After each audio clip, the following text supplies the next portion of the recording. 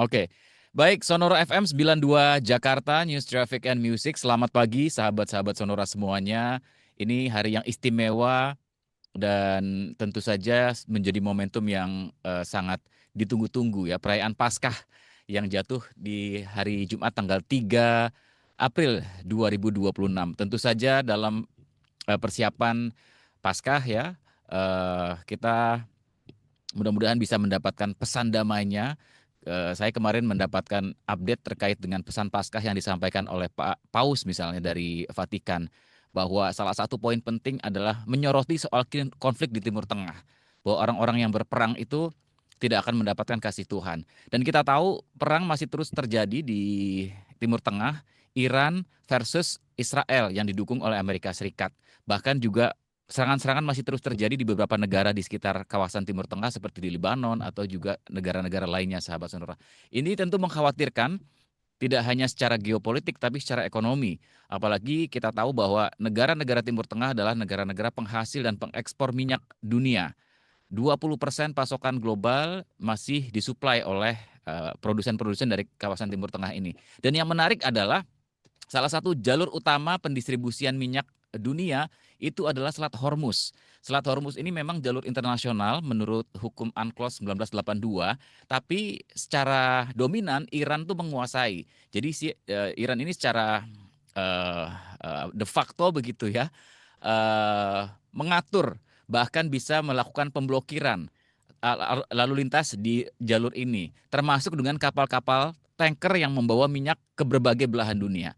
Dua kapal tanker milik Pertamina juga masih tertahan di sana, meskipun beberapa hari yang lalu kita sempat mendengar bahwa dua kapal ini sudah bisa diizinkan melintas dan secara teknis sedang difikirkan. Tapi kita belum tahu nih kapan pastinya akan melintas. Ini tentu menimbulkan kekhawatiran sahabat-sahabat Sonora semuanya, karena imbasnya adalah harga minyak yang melonjak naik dari $70 per barrel sekarang sudah naik bahkan hampir 100, sempat menyentuh angka 120 per barrel. Asumsi APBN saja itu ya 170 sampai $100 gitu ya. Bayangkan beban APBN yang harus menanggung subsidi minyak kalau harga minyak dunia ini melonjak. Belum lagi efek dominonya terhadap komoditas-komoditas lain, sembako-sembako lain. Sahabat-sahabat Sonora, Anda juga mungkin melihat bahwa tanggal 30, 31 antrian di SPBU di mana-mana mengular untuk bisa mendapatkan minyak dengan harga yang sama, karena ada kekhawatiran, ada berita bahwa per 1 April ini akan naik. Meskipun kemudian pemerintah langsung melakukan konferensi pers bahwa tidak ada kenaikan harga BBM baik yang subsidi maupun non subsidi, tapi ya apa yang terjadi ya masyarakat sudah tahu beritanya dan ini berpotensi membuat menimbulkan, mengancam adanya krisis energi. Tidak hanya di dunia tapi ternyata di seluruh, tidak hanya di Indonesia tapi seluruh dunia. Efisiensi dilakukan, kemudian juga WFH sekarang ya, ASN hanya kerja Senin sampai Kamis gitu ya, yang non pelayanan begitu. Bahkan untuk yang swasta juga sudah mulai ada imbauan dari Kementerian Ketenagakerjaan. Ini tentu menarik. Dampaknya terhadap industri otomotif seperti apa? Nah, ini akan kita bahas kali ini di Bincang Otomotif Sonora. Menarik sekali karena ya seperti satu keping, dua sisi dari satu keping mata uang ya, antara industri otomotif dan juga energi. Ya, seperti apa dampaknya? Kita akan bahas bersama Pak Bebin Juwana yang sedang bersiap-siap untuk perayaan Paskahnya. Pak Bebin, selamat pagi Pak. Pagi. Iya. Terima kasih Pak untuk waktunya. Ini ramai sekali Pak soal Selat Hormuz, minyak dunia, kemudian juga harga BBM di dalam negeri, kebijakan-kebijakan lain yang tujuannya adalah untuk ayo kita hemat energi. Bapak sendiri potensi terhadap dampaknya terhadap industri otomotif akan seperti apa sih Pak yang terjadi di Timur Tengah ini Pak? Ya, saya melihatnya ini situasi yang cukup memprihatinkan Hmm, karena tanpa kejadian apa di Timur Tengah sana, industri otomotif kita tuh dalam kondisi yang tidak baik, yang berdarah-darah. Saya katakan demikian karena Kalau kita pernah mencapai angka penjualan 1,1 juta, bahkan lebih. Sekarang ini angka 800 pun itu sebagian sudah EV. Ya. 800.000 itu sebagian sudah EV. Artinya industri yang sudah ada di negara kita yang sudah berusia lebih dari 30-40 tahun menanamkan modalnya di negara kita, ini sedang dalam kondisi yang menyedihkan. Ditambah isu-isu soal kedatangan mobil dari India lebih menyayat hati lagi lah. Ini yang saya juga tidak tahu mau dibawa kemana. Nah, dengan adanya kejadian Selat Hormuz, kemudian harga minyak itu sudah melonjak, harga retail Singapura, Malaysia, Australia itu sudah naik. Saya ngecek, jangankan Singapura, Malaysia, atau Australia, Amerika pun sudah naik. Kanada sudah naik. Nah, ketika pemerintah mengatakan Indonesia tidak naik, dalam hati saya hanya bertanya, tahan sampai kapan? Ya kan? Tahannya sampai kapan? Itu pertanyaan pertama. Kedua, jangan ini dijadikan euforia.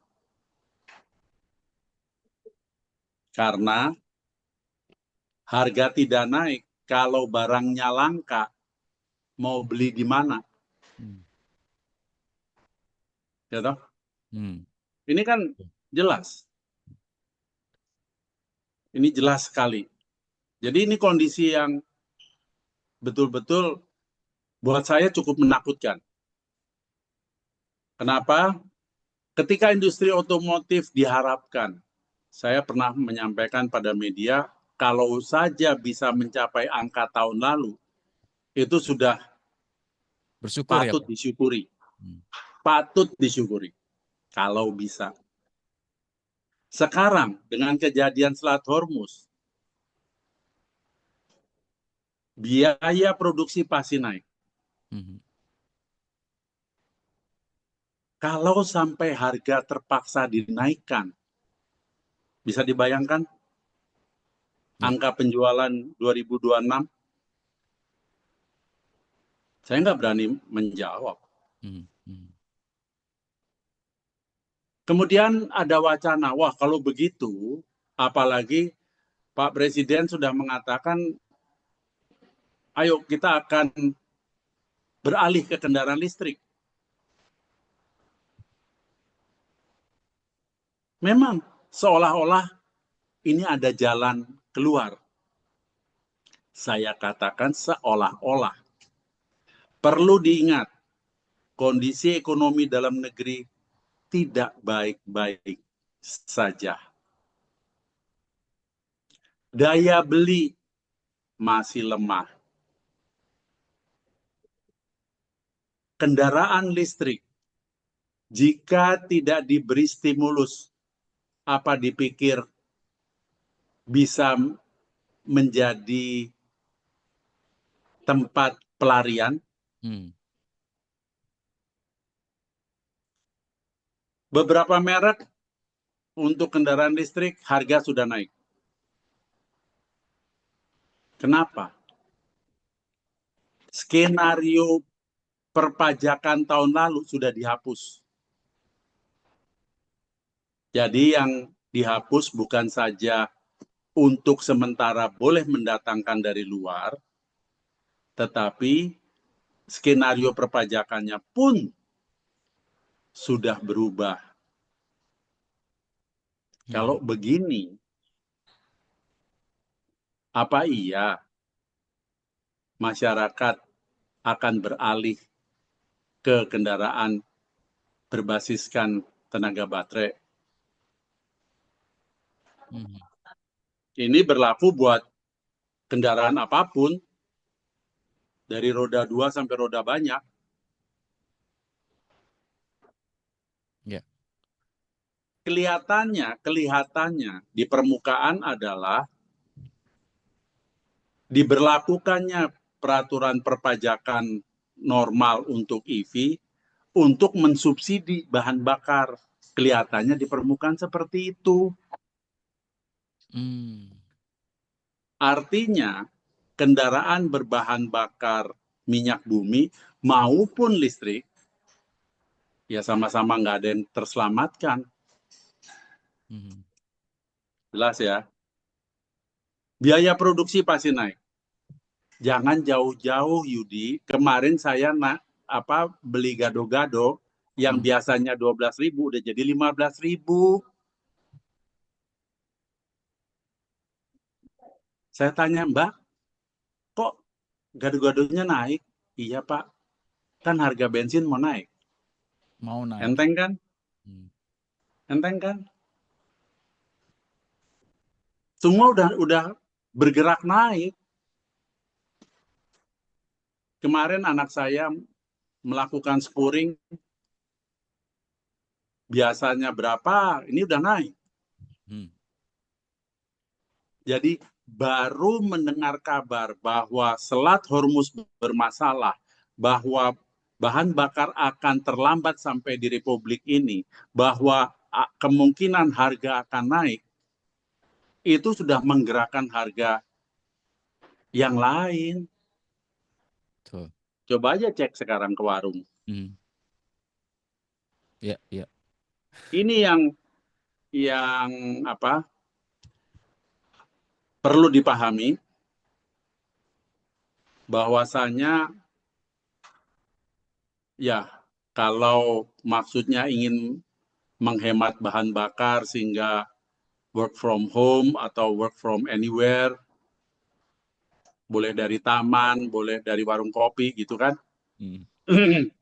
Mungkin kita tinggal lihat saja apakah jalan-jalan di kota-kota besar, katakan berapa? 6 sampai 8 kota besar di Republik ini, apakah akan berkurang, terlihat lebih lenggang? Ya kan? Yang jelas kalau sampai masyarakat panik, ini masalah besar. Meskipun work from home-nya hari Jumat, Pak, jadi long weekend, ya kesannya nanti Iya, yang penuh. Semoga bukan karena kekhawatiran kan, liburan ya. nanti motor saya, nanti mobil saya, nanti karena ketika bahan bakar dibatasi, saya sudah mendengar ada isu soal pembatasan pembelian bahan bakar kan. Betul, ada kuotanya. Pertanyaannya, kendaraan-kendaraan logistik mau bagaimana? Hmm. Jadi mau nganter beras dari Solo ke Jakarta, karena solarnya cuma cukup sampai di Pekalongan, berhenti dulu. Tunggu tanggal besoknya, karena tanggal besok baru bisa beli lagi. Itu juga kalau sampai Jakarta. Kalau sampai Cikampek, tunggu dulu. Bisa 3 hari ya, Pak. Nah, saya sampaikan ini, kita perlu menginjak bumi. Kenapa? Karena negara kita ini besar sekali. Dari Sabang sampai Merauke itu besar sekali. Dan begitu banyak barang yang harus diantar. Mau pakai apa? Ya. Pesawat udah pasti naik tuh. Aftur ya. Pasti. Karena aftur udah naik. Ya kan? Angkutan laut saya nggak tahu. Saya belum dengar beritanya. Bahan bakar kapal tuh bagaimana. Pak Bebin, kalau kita melihat tren penjualan EV di Indonesia kan trennya meningkat, Pak, kalau ngelihat tahun 2025 itu meningkat dalam kondisi subsidi perpajakan ya. Dan stimulan yang ada di 2025. Anda tidak bisa memakai itu sebagai cermin untuk 2026. Karena kalaupun diberlakukan sama, ya deh, kita kembalikan saja. Hasilnya tidak akan sama. Jelas? Oke. Karena tekanan ekonominya kan beda. Hmm. Tekanan ekonominya kan beda. Nah, isu-isu terkait stimulus insentif ini kan Pak, yang menjadi isu adalah kira-kira insentif seperti apa yang kemudian tidak membebani APBN begitu Pak. Untuk EV ini Pak, supaya menjaga pertumbuhan seperti sama di tahun 2025. Ya, sekarang gini, perpajakan yang dibebankan, ya kan? Seperti PPN dan segala rupa, Hmm. biaya masuk, PPH, apapun lah. Itu kan perlu ditinjau ulang. Hmm. Jadi bukan serta-merta hanya copy paste yang 2025. Karena kondisi masyarakat 2026 itu berbeda dengan 2025. Saya sih bukan ekonom, tapi melihat hal-hal yang terjadi di keseharian kita harus injek bumi, Ya, ya, ya, ya. ya kan? Dengan kondisi seperti ini, angka pengangguran bagaimana? Makanya bukan bermaksud mengungkit-ungkit, kedatangan 105.000 kendaraan dari India itu sangat menyakiti hati. Itu tetap terjadi ya Pak, padahal Loh, barangnya sudah datang. banyak suara-suara Kita yang kita tidak perlu lagi membahas ya. barangnya udah ada di negara kita dan udah menjadi utang kok. Hmm. Yang katanya mesti dicicil setahun berapa triliun. Ya. Terus itu mau dipakai buat apa? Kalau bisa dipakai. Belum after sales ya Pak. Ya karena nggak ada after sales-nya. Hmm. Emang ada. After sales-nya ada di mana? Dua brand itu ya. Hmm.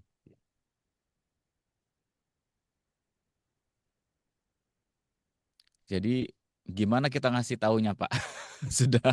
Nggak perlu. Nasi sudah jadi bubur. Meskipun katanya bisa berhemat segala macam, apa lebih murah lah soal biaya kan isunya kemarin kenapa Ya memilih. itu kan gampang sekali kalau mau seperti harga itu, kendaraan-kendaraan yang dipesan oleh pemerintah untuk proyek ini jangan dikenakan pajak. Selesai kan? Oh, oke. Jadi di Selesai awal nggak? ya Kan mau dipakai untuk proyek koperasi, pemerintah. koperasi ya. Emang pemerintah mesti bayar pajak? Enggak kan? Hapuskan aja. Hmm. Apa harganya nggak jadi sama? Hmm. Lebih murah lagi. Plus memberi lapangan kerja. 105.000 itu lebih dari sebentar, 12%, Ya 20% 12 sampai 13% dari output total tahun. 2025. Ya. Wow, itu wow sekali ya Pak. Ya, kita lihat saja apa yang terjadi, perkembangannya juga. Yang perlu didoakan adalah bagaimana perdamaian di Timur Tengah bisa terjadi. Ya. Tidak perlu lagi ada darah yang tertumpah, korban anak-anak karena ada sekolah yang dibom. Kemudian itu pun saya pikir kalau bisa kesepakatan untuk berdamai itu bisa terjadi, perbaikan dari kerusakan yang sudah terjadi, karena ini kerusakan ekonomi dunia loh. Hmm. Rasanya dibutuhkan lebih dari setengah tahun Ya. agar ya mudah-mudahan bisa kembali seperti 2025 sebelum terjadi ribut-ribut di Timur Tengah. Setengah, iya. Dan kalau Selat Hormuz dibuka sekarang pun tidak serta-merta akan turun tuh harga Tidak minyak dunia. serta-merta menyelesaikan masalah. Betul. Butuh Karena ini waktu. masalah dunia, Ya. bukan masalah Republik Indonesia saja. Masalah dunia. Baca aja berita-berita apa yang terjadi di Australia. Berapa pompa bensin yang sudah tutup. Nggak ada bensinnya kok. Bukan cuma harganya yang melonjak. Bahan bakarnya udah nggak ada. Mereka nggak punya stok. Oke. Masa-masa yang prihatin. Gitu ya. Siapa? Eh, nadanya sendu, mendung ya Oh Pak. iya, Aduh. ini masa-masa yang sangat kelam untuk dunia. Tidak hanya di negara kita. Oke. Well, semoga yang eh, berkepentingan ya dua negara dan Amerika itu ya tidak hanya sesumbar ingin menghentikan perang tapi juga ya real gitu loh, lakukan sesuatu yang betul-betul menghentikan karena beberapa hal mungkin akan balik dampaknya ke Amerika tadi seperti yang Pak Bebin katakan sudah terjadi dan tidak hanya Amerika tapi juga negara-negara sekutu lainnya. Australia misalnya sudah merasakan dampaknya, mungkin negara-negara di Eropa juga merasakan dampaknya. Jadi betul-betul masalah dunia yang tidak bisa eh, satu dua negara saja yang harus nge-push gitu ya untuk segera ayo setelah stop gitu ya. Kemanusiaan, ekonomi, ya politik juga. Kita berharap as soon as possible ya Pak bisa recover ya situasi dan kondisi seperti yang terjadi saat ini Pak. Pak Bebin terima kasih banyak untuk waktunya.